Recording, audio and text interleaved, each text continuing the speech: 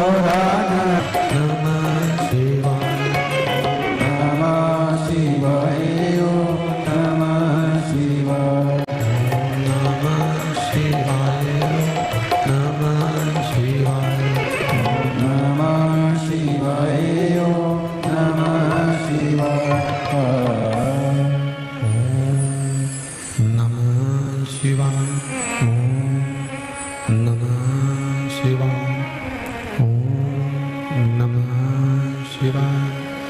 विश्वनाथ भगवान की जय, महाकाल राजा की जय, भुवनेश्वर महादेव की जय।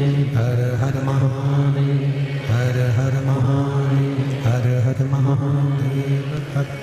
काशी विश्वनाथ भूत भावन भूतेश्वर भगवान शिव, जिनकी पुनित पावन शिव महापुराण बाबा देवादिदेव महादेव की कृपा से, भगवान शिव की करुणा से श्रावण के इस पावन अवसर पर अपन सभी को बाबा कुंवरेश्वर की पावन धारा से श्रवण करने का सौभाग्य प्राप्त हुआ है। शिव की कृपा, उदारता, दया, करुणा जो बाबा की अविरल भक्ति और मुक्ति को देने वाली शिव महापुराण की पावन कथा को अपन सब श्रवण कर रहे हैं। भाग्यशाली है यजमान परिवार श्री प्रमोद दुबे जी, श्रीमती महिमा दुबे इंदौर से, श्रीमती कल्पना श्री राम किशोर जी बोरबाना बैतूल से, जो बाबा देवादिदेव महादेव की ये पावन कथा को करवाकर संपूर्ण विश्व का कल्याण कर रहे हैं। मानव का जो शरीर है मिलता बड़ी मुश्किल से है, और यदि मिल गया तो भजन में बड़ी मुश्किल से लग पाता है।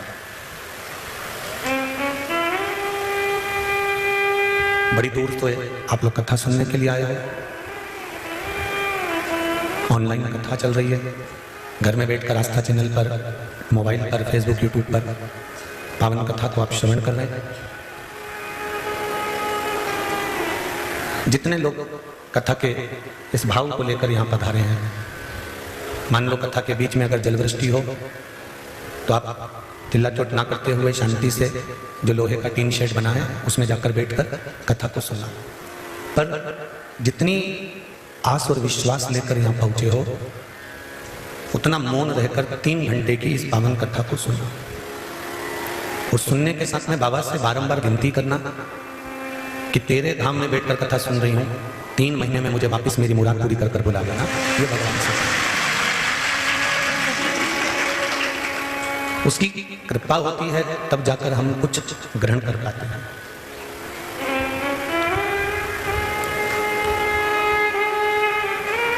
चौरासी लाख योनियों में केवल एक मनुष्य की योनि है जो 84 लाख योनियों से मुक्त करा सकती है। मेंढक की योनि मिल जाएगी तो हम 84 लाख योनि से मुक्त नहीं हो सकते।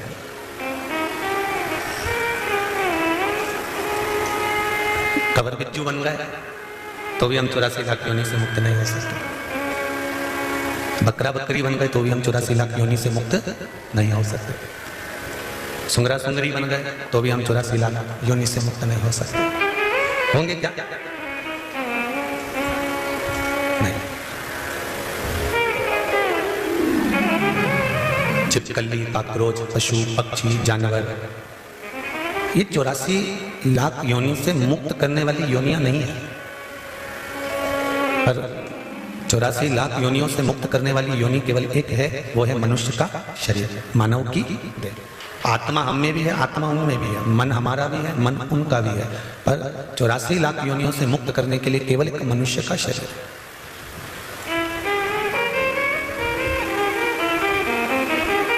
किसी योनि से हम मुक्त 84 लाख योनियों को नहीं कर सकते। पर मानव का शरीर मिला है, इसको अगर हमने भजन में लगा दिया, कीर्तन में लगा दिया, स्मरण में लगा दिया, भगवत भक्ति में लगा दिया, तो हो सकता है कि हम अगली योनि में नहीं पड़े, हम बाकी की योनियों से मुक्त हो जाए।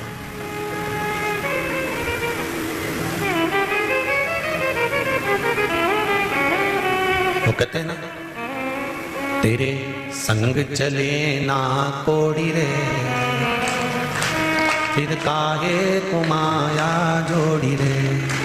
महाराज, अंतिम बिंदु में जब हम जाएंगे, हमारे साथ में कोई कोड़ी, कोई धन, कोई पैसा, कोई कपड़े, अलमारी में रखे हुए अच्छे अच्छे सूट, हेट, बूट, कुछ भी नहीं जाएगा। ना हेट जाएगा, ना बूट जाएगा, ना सूट जाएगा।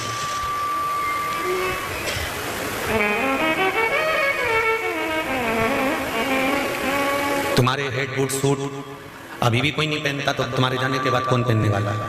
फालतू की बात है।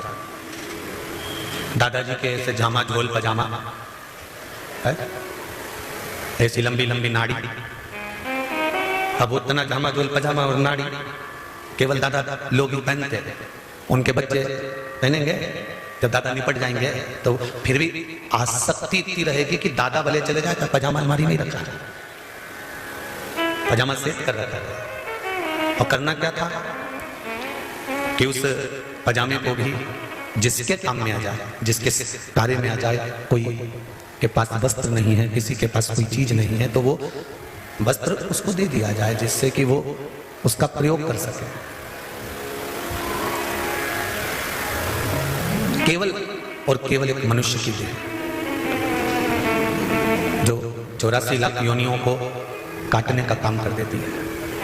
और वो 84 लाख योनियां कटेगी कैसे? वो 84 लाख योनियां कैसे कटेगी? कि कलयुग केवल नाम आधारा, सुमर सुमर उतरहि पारा। कलिकाल में नाम की आधारशिला को रखकर भगवान का इतना भजन करो, भगवान का इतना स्मरण करो, भगवत भक्ति को इतना धारण करो कि हमारी बाकी की जो योनियां हमें मिलने वाली है वो समाप्त हो। किसी किसी का मनुष्य देह प्राप्त होने के बाद दूसरा देह मिलता ही नहीं। फिर इस योनि के बाद में कोई दूसरी योनि है नहीं। लिंग पुराण में एक बात लिखी हुई है, अय्यप्पा स्वामी, कार्तिकेय, षडानंद, स्कंददेव, भगवान कार्तिकेय ने अपनी माता से पूछा, मां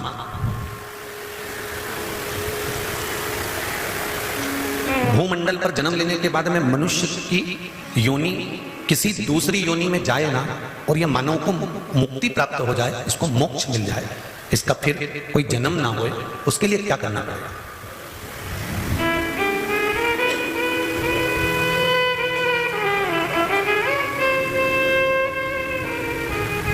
शिव चरित्र, काशी से जो एक पुस्तक निकलती है शिव चरित्र, पृष्ठ संख्या 68, आप उसको भी पढ़ें। उसमें भी लिखा हुआ है कि स्कंद देव माता पार्वती से पूछते हैं कि फिर हमें वापिस कहीं मेंढक, कहीं बकरा बकरी, कहीं जीव जंतु, कहीं जानवर, कहीं पशु, कहीं पक्षी, कहीं जलचर, कहीं थलचर हमें बनना ना पड़े, उसके लिए हम क्या करें? उसका प्रयोग क्या है? उसका उपाय क्या है? उसकी विधि क्या है?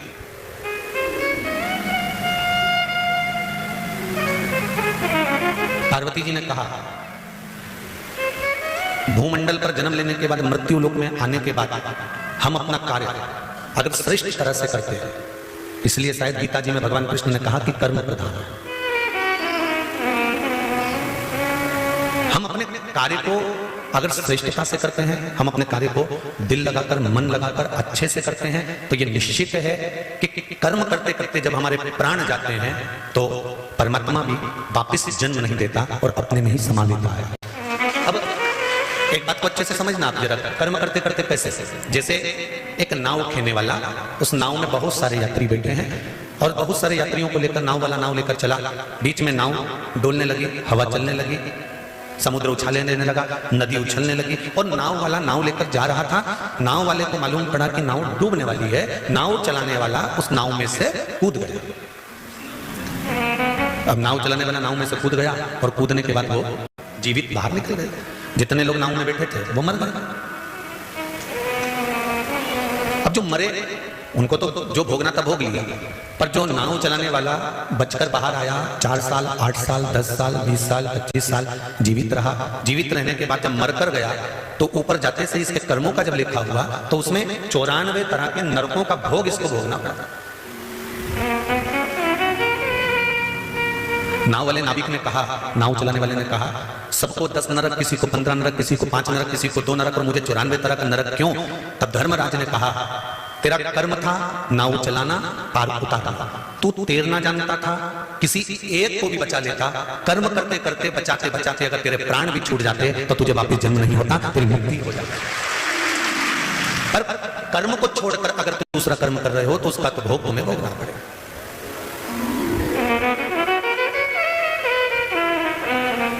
एक सरकारी नौकरी करने वाला व्यक्ति, और सरल समझ लीजिए, किसी की गवर्नमेंट जॉब है, सरकारी नौकरी है, कोई स्कूल में पढ़ाता है, कोई बैंक में नौकरी करता है, कोई अन्य विद्युत विभाग अन्य विभागों में कोई नौकरी करता है, और उसने आज एप्लीकेशन लगाकर छुट्टी नहीं ली और छुट्टी उसको मिली भी नहीं, उसने ली भी नहीं, और अपने दोस्तों से कहकर कहीं चले गया। जाते जाते जाते जाते जाते जाते छुट्टी वाले, उसने छुट्टी ली नहीं, छुट्टी दोस्तों से कहकर चले गया कि तू मेरा काम संभाल लेना, मैं बस अभी आ जाऊंगा। और जाने के बाद में उसका कहीं एक्सीडेंट हो गया, कहीं कोई घटना घट गई, कोई दुख आ गया, तो ईमानदारी से बोलो, अब वो ना इधर का रहा ना उधर का रहा। एक छोटी सी एप्लीकेशन लगाकर एक छोटी सी छुट्टी लेकर चले जाता और शासन प्रशासन की निगाह में रहता कि इसने छुट्टी ली है, हमने दी है, तो फिर प्रशासन उसको संभाल लेता। पर इसने छुट्टी ली ही नहीं और चले गया और घटना घट गई, तो फिर प्रशासन उसको सहयोग कैसे कर सकता है, उसको सपोर्ट कैसे कर सकता है? तूने छुट्टी ली नहीं तो चला गया। ये शिव पुराण कहती है कि हम जिस कर्म को करें, हमने छुट्टी ली कि नहीं ली, हम जिस कर्म को करें उस कर्म को हम भगवान के भरोसे पर कर कर चलें। जैसे सरकारी नौकरी करने वाला अगर छुट्टी ले लेता तो सरकार उसका ध्यान रखती, फिर उसका कुछ भी होता तो सरकार उसको स्मरण करती। हम कहीं पर भी जाएं, कहीं से भी आए, कुछ भी कर्म करें, हमारा कर्म अगर हमने हमारे बाबा कुबेरेश्वर पर, महाकाल राजा पर अगर छोड़ दिया है तो ये निश्चित है कि हमारा कर्म प्रबल होएगा और उसका फल हमको मिलेगा, जरूर उसका फल हमें प्राप्त होगा।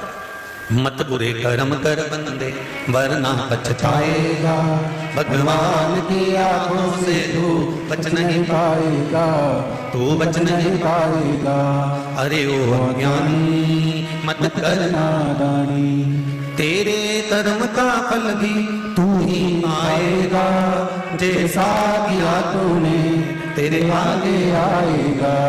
मत बुरे कर्म कर बंदे, मत बुरे कर्म कर बंदे वरना पछताएगा, की आंखों से तू बच नहीं पाएगा, तू बच नहीं पाएगा। हम जो कर्म करें, माता पार्वती जी ने स्कंद देव को कहा कि कर्म प्रधान है, कर्म करो, कर्म करना पड़ेगा, पढ़ाई करना पड़ेगी, नौकरी के लिए एप्लीकेशन देना पड़ेगी, नौकरी के लिए तैयारी करना पड़ेगी, और तैयारी करो, खूब करो, पर भरोसा किसका रखना? जम के बोलो जरा, देव अधिदेव महादेव, भोलेनाथ दया करना, मैं तेरे भरोसे हूँ, मेरे बाबा दया करना,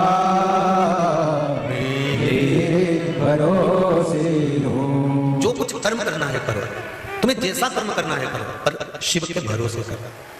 परीक्षा देने जाओ, पढ़ाई पूरी करो, नौकरी देने के लिए इंटरव्यू देने जाओ, पढ़ाई पूरी करो, किसी कंपटीशन एग्जाम में बैठ रहे हो, पढ़ाई पूरी करो, और साथ में विश्वास, भरोसा देवाधिदेव महादेव का रखो, भरोसा उसका रखना पड़ेगा।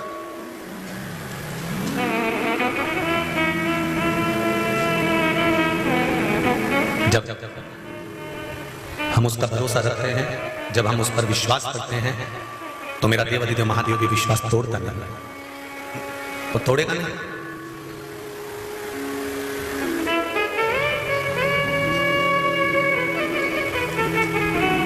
शिव पुराण कर रहे हैं, स्कंददेव ने पूछा कि मनुष्य शरीर छोड़ने का और वापिस जन्म ना होने के लिए हमें क्या करना पड़ेगा? तो कहा कर्म करो। बॉर्डर पर लड़ते लड़ते अगर कोई मर जाता है ना, प्राण छूट जाते हैं, तो उसको वीर गति प्राप्त करने का पद मिल जाता है। कर्म करते करते अगर हमारे जीवन में हमको दुख सहन करना पड़ रहा है, कष्ट सहन करना पड़ रहा है, कर्म करते करते हमको तकलीफ भी आ रही है, कष्ट भी आ रहा है, तो उससे हमें घबराना नहीं है।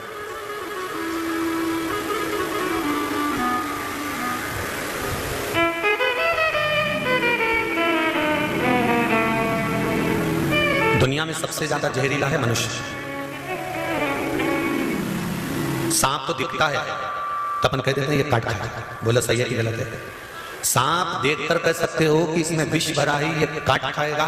बिच्छू को देखकर कह दोगे कि ये विषैला है, ये काट खाएगा। गोयरा को देखकर कह दोगे ये विषैला है, ये काट खाएगा। मगर को देखकर कह दोगे ये काट खाएगा। चुपकली को देखकर कह दोगे कि ये काट लेगी। अगर कोई जीव जानवर को देखकर कह दोगे कि ये जहरीला है, पर इन सब जहरीलों से भी बड़ा जहरीला है मनुष्य। ये नजर ही नहीं आता कि कब काट कर चले जाए।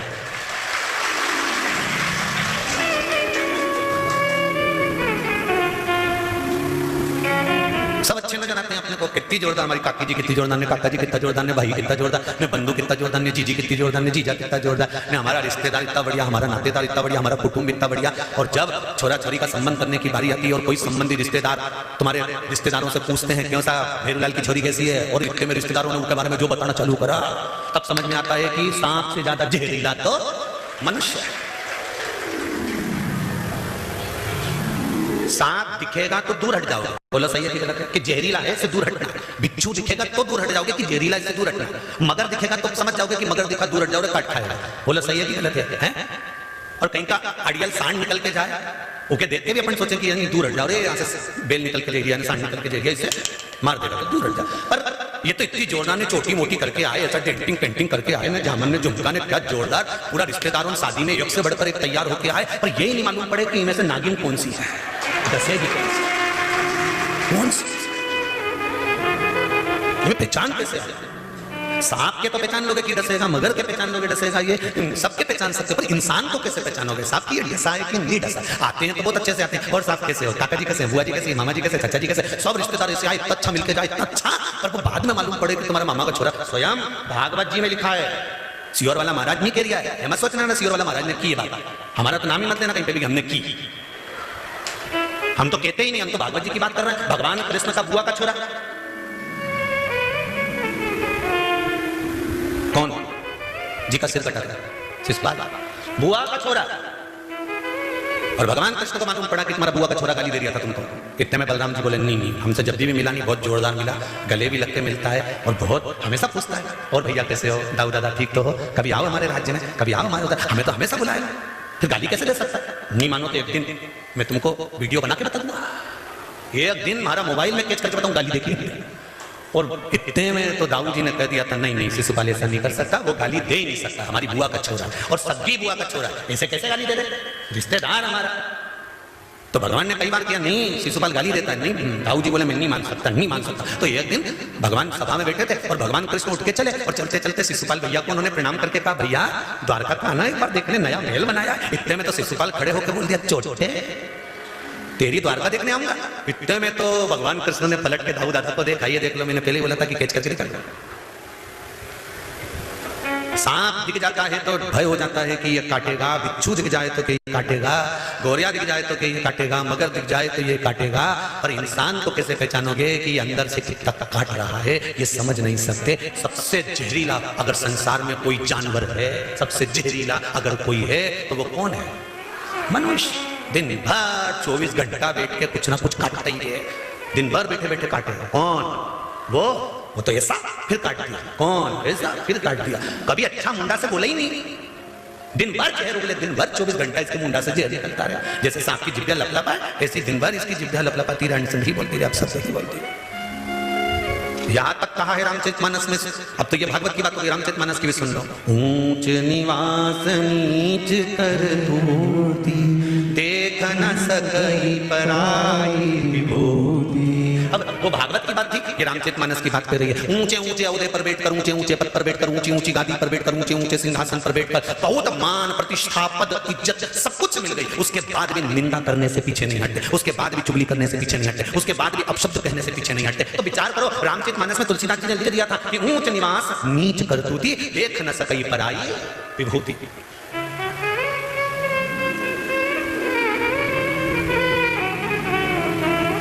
अब फिर भागवत में आ जाए, पूतना जब भगवान कृष्ण के यहाँ गई थी तो राक्षसी बन के गई थी। अरे बोलो जम के नहीं गई, पहले ब्यूटी पार्लर गई। बोलो सही है कि गलत? पहले पूतना कंस के महल से निकलते से ही पार्लर में गई, उसके बाद उसने श्रृंगार करा, जोरदार झामर झुमका सब लगा के, खजूर वाली चोटी मोटी जूड़ा मूड़ा बांध के, झमक झुला सब पेन पुना के, बाजूबंद हाथ का सब फूल फुलवारी सब लगा के, पेंदा बोर सब पेन पुना के, फिर सिर पे टोकरी रख के फिर चली गई। और आवाज लगाती लगाती गई, ले लो बिके रे बेदाम, मिठाई ले लो हो। आवाज लगाती लगाती लगाती लगाती जाए और लगाती लगाती सारे गांव के बच्चों को स्तनपान कराती कराती पूतना यशोदा जी के घर पे पहुंच गई। और यशोदा जी के घर पर पहुंचकर यशोदा भी नहीं पहचान पाई कि कितनी जहरीली है। वो तो समझी इतनी सुंदर है रे, ऐसा लग रहा है इंद्र के यहाँ से अप्सरा आई है। तो यशोदा जी ने पूछ लिया, तुम कौन हो? मैं गांव की गोपी हूँ। कैसे आना हुआ? जब लाला हुआ तो बधाई लेने नहीं आई, आज मैं बधाई लेने। अच्छा ठीक है। तो यशोदा मैया ने जितने भगवान शंकर यशोदा जी के आए तो उनकी गोदी में नहीं दिया लाला, और पूतना की गोदी में तुरंत दे दिया, क्योंकि पहचान नहीं पाएंगे कि पेंटिंग पेंटिंग के आगे नहीं पहचान। अब दुल्हन के स्टेज पे कौन पहचान? वो तो भाई जब घरे आए तो घर आके जब कि तू तो काली रे कल्याणी जित देखूं जो, जब वो फिर अपना रोल दिखाए तब समझ में आए। नहीं तो मोहल्ला का लोग तो कहता था स्टेज पे अच्छी लगी रही थी, जोरदार, और दूल्हे से तो लाख गुना अच्छी दिख रही थी, सीधी भी थी एकदम बढ़िया। बापड़ी ने मुंडा भी ऊंचा नहीं करा, सिर पे पल्लू डाली ने जैसी की जैसी बैठी थी एकदम, कहीं मुंडा ही ऊपर नहीं करे, पर समझ में नहीं आया, ऐसा कर ही नहीं सके। हमारे को विश्वास ही नहीं कि ऐसा कर जाए, हमारे को विश्वास ही नहीं कि मामा का छोरा ऐसा कर जाए। दाऊद जी बोले मेरे मामा का हुआ का लड़का ऐसा कर नहीं सकता, कर ही नहीं सके। भगवान राम की कथा कह रही है कि पहचानना मुश्किल है कि कितना जहर भरा है। जरा देखो, घर में रह रही थी कौन? जिसने 14 वर्ष के लिए वन भेजा। कई मैया भी घर में रह रही थी, मंथरा भी घर में रह रही थी, पर पहचाने की इतना जहर उगल जाएगा, पहचाने की डर जाए। बावारी दुनिया मतलब नहीं, दुनिया में किसी का कोई नहीं, संसार में कोई किसी का नहीं है। अंदाजा लगाकर बैठना कि हम पूतना आई तो यशोदा जी नहीं पहचान पाई। तुम्हारे आसपास में अड़ोसन पड़ोसन धड़ोसन जितने तुम यहाँ पर बैठे हो, ना जाने कई परसों के दिन कितनी चेन कटी, कितना मंगलसूत्र कटा, पहचान में आए कि पूतना है कि कौन है? कौन पहचाने? इसलिए बेचारा वो यम का भाई आशीष वो चिल्ला चिल्ला के तुमसे कहता है कि सिर पे पल्लू डाल के रखो रे, अपना अपना मंगलसूत्र चेन का ध्यान रखो रे, बार बार कहता है। अब क्यों? क्योंकि पहचान नहीं सकते ना। सांप को तो देख के पहचान जाओगे कि सांप है, बिच्छू को देखकर पहचान जाओगे बिच्छू है, पर कैसे पहचानोगे इनके? कैसे पहचान जाओगे? हमारे साथ रहकर चोट कर जाए इसमें तो लोग, तो फिर कैसे पहचान जाए? कहा मां पार्वती ने स्कंद देव को कहा, स्कंद कार्तिकेय, कर्म करते करते जब मनुष्य अपने प्राणों को त्यागता है तो वो शिव धाम को चला जाता है। मनुष्य का जो शरीर भगवान ने बनाया है वो कर्म करने के लिए बनाया है, कि कर्म करना, परिवार को पालना, रिश्तेदारों को पालना, नाते कुटुंब कबीले सबके साथ रहना। अपने परिवार में ये अभिमान मत लाना कि तुम अकेले काम कर रहे हो, ना जाने किसके भाग्य का तुमको मिल रहा है, तुम कर्म करे। मृत्यु लोक में आने के बाद में कर्म प्रधान बना लो। और कर्म प्रधान बनाना क्या? कि पृथ्वी पर आए हो तो शंकर भगवान का एक स्वरूप जानकर, कंकर को शंकर जानकर, भगवान जानकर कर्म करना। एक लोटा जल भी अगर ले जाकर तुम भगवान शंकर को समर्पित कर रहे हो तो ये भी कर्म है, और इसका फल भी निश्चित है कि प्राप्त होगा ही, मिलेगा। ऐसा नहीं कि नहीं मिलेगा।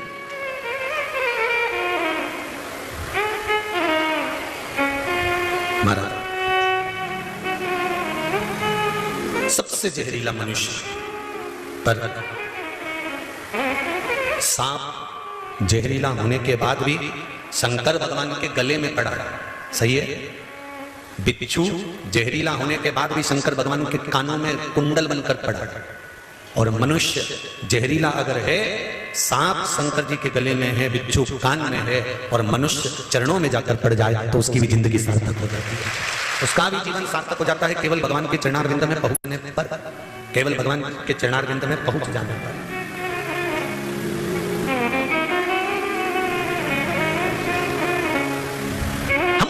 उसके सहारे, हम उसके भरोसे। और जब ये चित्त, ये मन, ये बुद्धि उसके भरोसे पर हो जाती है, फिर भटकना नहीं पड़ता। पार्वती मैया कार्तिकेय जी से करेंगे कि मानव का शरीर मिला है, कर्म भोगना, कर्म करना, और शरीर मिला है पूर्व के कर्म का भोग भोगना। उसके साथ में भगवत स्मरण करना। भगवत स्मरण करने का फल यह रहेगा कि अगला जन्म फिर नहीं आएगा। मनुष्य देह अंतिम देह।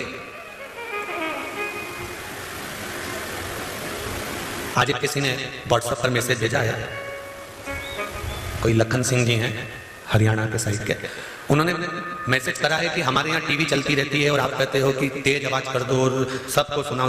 गलत था। आज मैसेज आया, टीवी भले चलती रहे और हम सुने ही नहीं तो क्या कर लोगे? टीवी भले चलती रहे, हम नहीं सुने तो लखन सिंह जी से हमारा निवेदन है, जो बर्तन ज्यादा काला हो जाता है, नी मंजे, तो घर के लोग समझदारी करते हैं, उसमें छाछ भर के रख देते हैं। बोलो सही गलत है? छाछ भर के उस बर्तन में रख दो, 2-4 घंटे तक भरी रहेगी ना, उसके बाद उनमें पानी डाल के धो के रख दो, मांजने की जरूरत नहीं पड़े, छाछ से बर्तन साफ हो जाता है।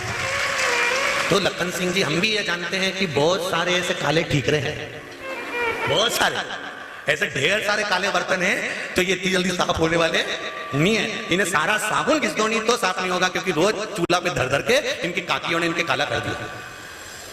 पाप करा करा के पाप का कालापन पूरे ठीकरे पर, पूरे शरीर पर लग गया है, ये इतनी जल्दी साफ नहीं होगा। इसलिए हम कहते हैं कि टीवी की आवाज कम करके, जम करके, तेज करके छोड़ दो, क्योंकि इन्हें छाछ क्या है? ये भगवान की कथा। जब शरीर में कहीं से भी ये कथा भर आ जाएगी तो बर्तन आज नहीं तो कल साफ होएगा ही शरीर, ये निश्चित है।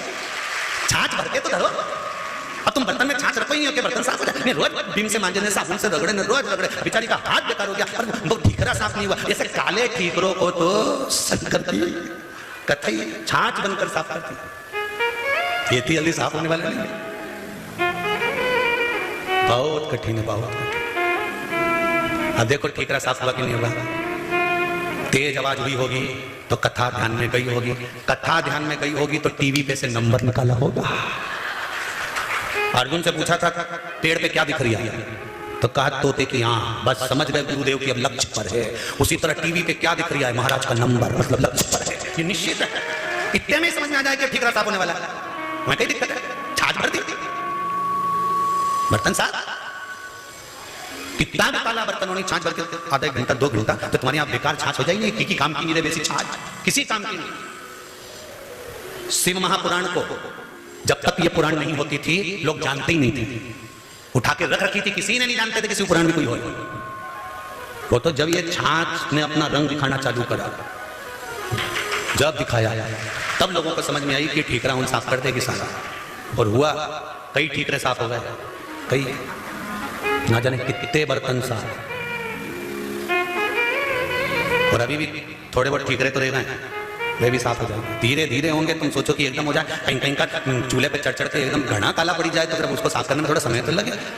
तो पहले छाछ का काम है, जो अंदर भर के रखी, पहले वो अंदर से साफ करती है, फिर बाहर रखी हुई छाछ को क्या करना पड़ता है, फिर बड़े बर्तन में छाछ को रखो, ये ठीकरे के अंदर बाहर से साफ करना है तो इसको भी बड़े बर्तन के अंदर डुबो के धर दो। जब डुबो के धर दोगे तो बाहर से भी साफ हो जाएगी। पहले अंदर से साफ करो, भीतर से साफ होना चाहिए। इसका चित्त, इसका मन, इसकी बुद्धि, इसका केंद्र बिंदु भगवान मानना चाहिए। पहले ये मंदिर जाना चालू कर देनी एक बार, इसके बाद इसको तो कथा में कभी भी डुबो देंगे, डुबोया कि एकदम क्लीन साफ, फिर कहीं नहीं सोचना अपन को भी बर्तन साफ हो गया। तो यहाँ तो शास्त्र कह रहा है कि आप भगवत स्मरण की ओर आगे बढ़ो, भगवान की भक्ति की ओर जब आगे बढ़ोगे तो निर्मलता का सुख अपने आप प्राप्त हो जाएगा, अपने आप।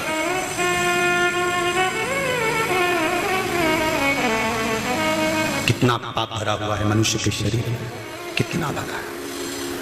हमारे मालवा के संत श्री नागर जी महाराज कहते हैं, मेरा अवगुण भरा शरीर प्रभु जी कैसे तारोगे, मेरी चादर झीमर झी गुरु जी कैसे तारोगे। ये भरा हुआ पापों से ये घड़ा है, इसको कैसे तारोगे? कैसे?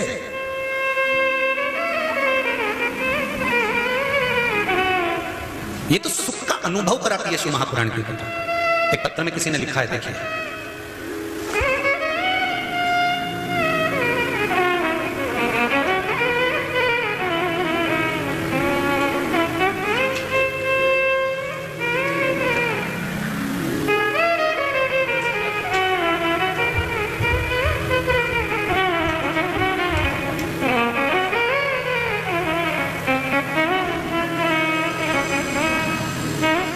श्री शिवाय नमस्तुभ्यम।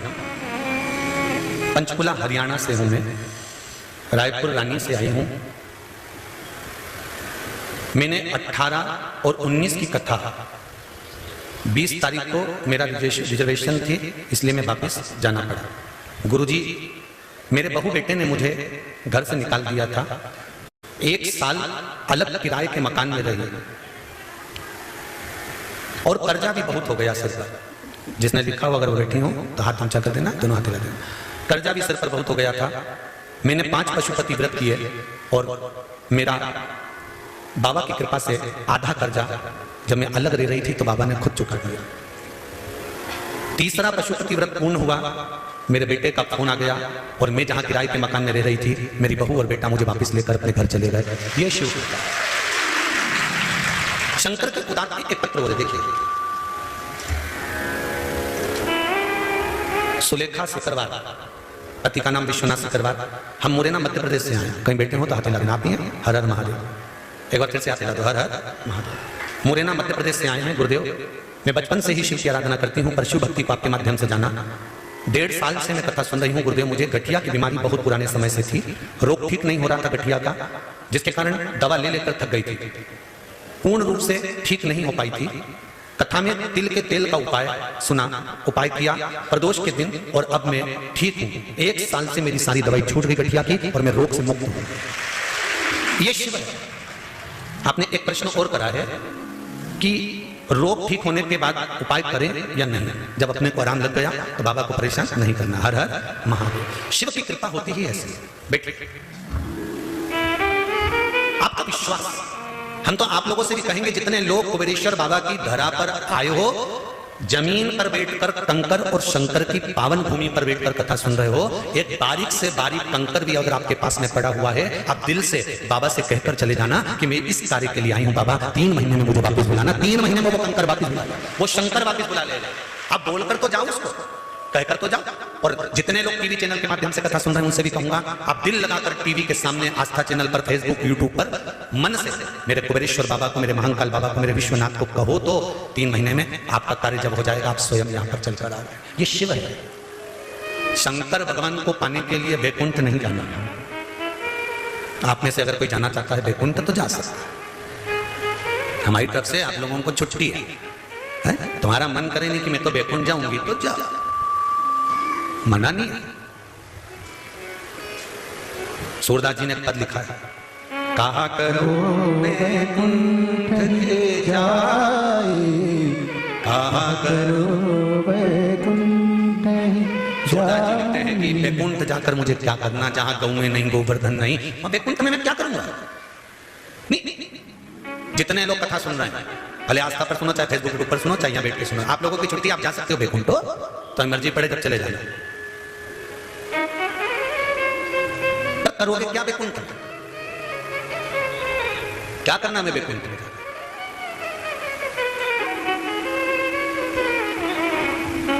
चंचुला देवी से देवादिदेव महादेव ने, जब शिव महापुराण की कथा चंचुला देवी ने पूरी सुन ली और उसका पति प्रेत योनि से छूट गया, बिंदुक प्रेत योनि से छूटा। चंचुला देवी ने कथा सुनी और बिंदुक प्रेत योनि से छूट गया। दोनों पति पत्नी सामने खड़े हो गए।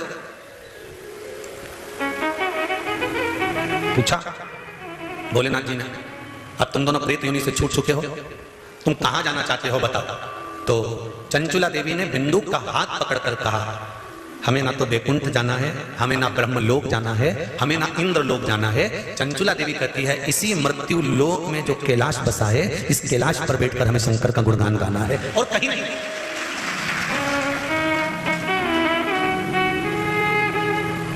क्या करेंगे बैकुंठ में जाकर? वहां पर केवल डल्लभ का गद्दा मिलेगा, एसी का रूम मिलेगा, सोने और चांदी की थाली में भोजन मिलेगा, अप्सरा है तुम्हारा पंखा झेलेगी।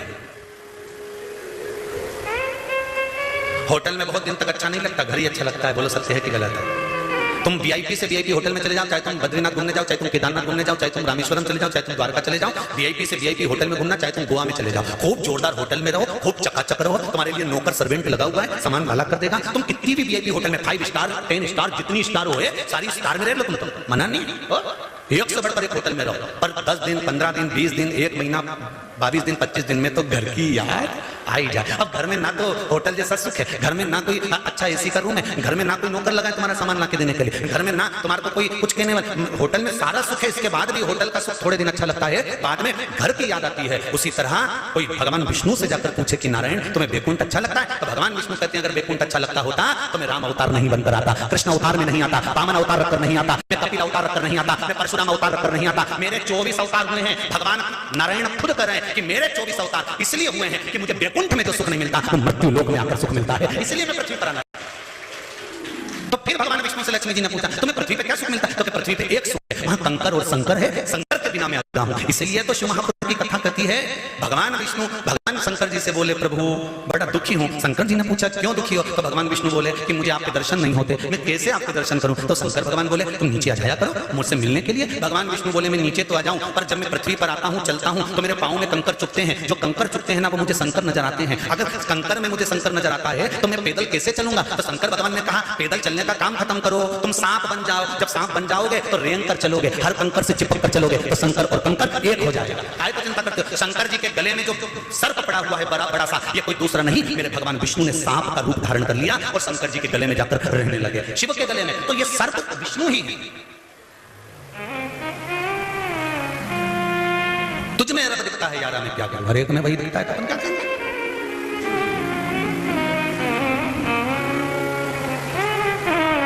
तो कहे ना महाराज संगना चले तेरी कोड़ी रे, फिर काहे करे माता फोड़ी रे, काहे माता फोड़ी करी रे? क्यों करे? 1 रुपया साथ में ले जा सकते हैं जीजी और जीजा, सब सुन लेना अच्छा से, 1 रुपया साथ में ले जा सकते हैं और अकड़ में ऐसे जिए कि सब लेके जाएगा। पंखा भी कंगारेगा रे मिश्रा जी, यही सब जैसा कि जैसे पड़ा रहेगा।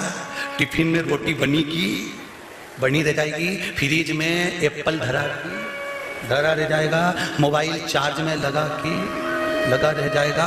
जब अंत समय आएगा सब पड़ा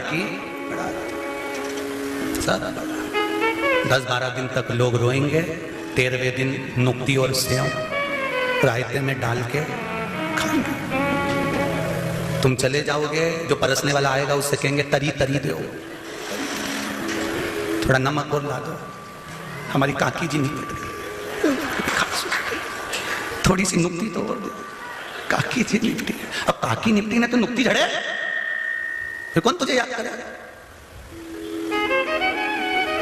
और पूरी जिंदगी रो रो के मर गए, भगवान ऐसा भगवान वैसा, हमारी तो जिंदगी बेकार हो गई। काय करो अलमस्त होकर जी, अलमस्त हो। कई लोग कहते हैं ये सियोर वाला महाराज 24 घंटा हंसता रहे, कभी इसकी आंख में कथा में तो कभी आंख में आंसू दिखे ही नहीं, ये तो कहीं करूं रोके, क्या करना? मुस्कुराने के लिए भगवान ने चेहरा दिया है, मुस्कुराने के लिए अधर दिए हैं। रोने के लिए तो जब पैदा हुए थे तो मेरे राम जी भी अगर जन्मे थे तो भी कहा गया था माता पुनि बोली सोमति डोली तजउताति हरूपा की जैसी सुलीलाति प्रियशीला यह सुख परमनुपा सुनी बचन सुजाना रोदन थाना, कह दिया रो राम जी बोले हम रोए, और क्या, जन्मे हो पृथ्वी पर तो रोना तो पड़ेगा। इसलिए राम जी को माता कौशल्या ने रुलाया था कि जन्मे हो पृथ्वी पर तो रोना पड़ेगा। इसलिए आज भी बच्चे का जन्म जब हॉस्पिटल में होता है, चाहे घर में होता है, डॉक्टर सिस्टर थप मार के चिमटा तोड़ के रुलाते हैं, रो आज से रोएगा, रोना पड़ेगा, रोना पड़ेगा निश्चित है, रो। मुस्कुराने के लिए तो भगवान ने मनुष्य को जन्म दिया, मुस्कुरा ले, दुख में भी मुस्कुरा। इसलिए आपको कहा था शंकर जी के मंदिर में जाना, तुम्हारा काम नहीं हो रहा तो मंदिर जाओ, कुछ नहीं है तुम्हारे पर चढ़ाने के लिए, बेलपत्री भी नहीं, चावल का दाना भी नहीं, जल भी नहीं, तो भी शंकर जी के मंदिर जाना और मुस्कुरा करा जाना। आधे से ज्यादा टेंशन में भगवान पड़ जाएंगे कि क्यों हंस के गई, चिंता उनको बढ़ जाएगी। मुस्कुराने से भी चिंता बढ़ जाती है, और मुस्कुराने का हक केवल मनुष्य को है। कभी तुमने चींटी को मुस्कुराते देखा है? झिंगुर को, मच्छर, खटमल, नहीं खटमल ज्यादा खून चूस ले तो मुस्कुराए, तो देखा कि मुस्कुराया कहीं दिखे तो बता। मगरमच्छ मुस्कुराए, कबर बिच्छू, सुंगर नहीं, कहीं का दिख जाए तुम्हें सब मुस्कुराते हो कि सुंगरा मुस्कुरा रहा, नहीं। मुस्कुराने का लिए केवल एक मनुष्य को बनाया है कि जिंदगी में कितना भी दुख आ जाए, कितनी भी तकलीफ आ जाए, कितना भी कष्ट आ जाए, पर मुस्कुराना मत छोड़ना। ये मुस्कुराने में भी परमात्मा छुपा हुआ है, मुस्कुराने में भी परमात्मा छुपा है। तेरी मुस्कुराहट भी परमात्मा का दिया हुआ एक आशीर्वाद है। पर कई लोग संसार में ऐसे पैदा हो जाते हैं जिनकी हंसी चली जाती है, जब भी मिलो मुसद्दी लाल जैसे मिलेंगे, बहुत दुख है। इनको बचपन में देखो तो भी ऐसे मिलेंगे, बड़े में देखो तो भी ऐसे मिलेंगे, और मरेंगे तब भी मुंडा लेके मुस्कुरा कर जाओ। प्रभु तेरा साथ न छूटे, छूट जाए संसार, प्रभु तेरा साथ न छूटे। भगवान की अविरल भक्ति की ओर जब हम बढ़े, सारी समस्या का हल एक लोटा जल। शंकर भगवान को कर्म करते करते जब हम जल समर्पित करते हैं तो यह जिंदगी का एक सुख देता है, एक आनंद देता है, एक सुख प्रदान। महाराज संग चले न तेरे कोड़ी रे, फिर काहे को माया जोड़ी रे। संग चले न तेरे कोड़ी, फिर काहे को माया जोड़ी रे। लाख करोड़ी तूने माया जोड़ी, लाख करोड़ी तूने माया जोड़ी, ओ लाख करोड़ी तूने माया जोड़ी, ओ लाख करोड़ी तूने माया जोड़ी। अंत समय यहीं छोड़ी रे, फिर काहे को माया जोड़ी रे। ओ अंत समय यहीं छोड़ी रे, फिर काहे को माया जोड़ी रे। अंत समय यहीं छोड़ी रे, फिर काहे को माया जोड़ी रे। ओ अंत समय यहीं छोड़ी रे, फिर काहे को माया जोड़ी रे। जब संग चले न तेरी कोड़ी रे, फिर काहे को माया जोड़ी रे।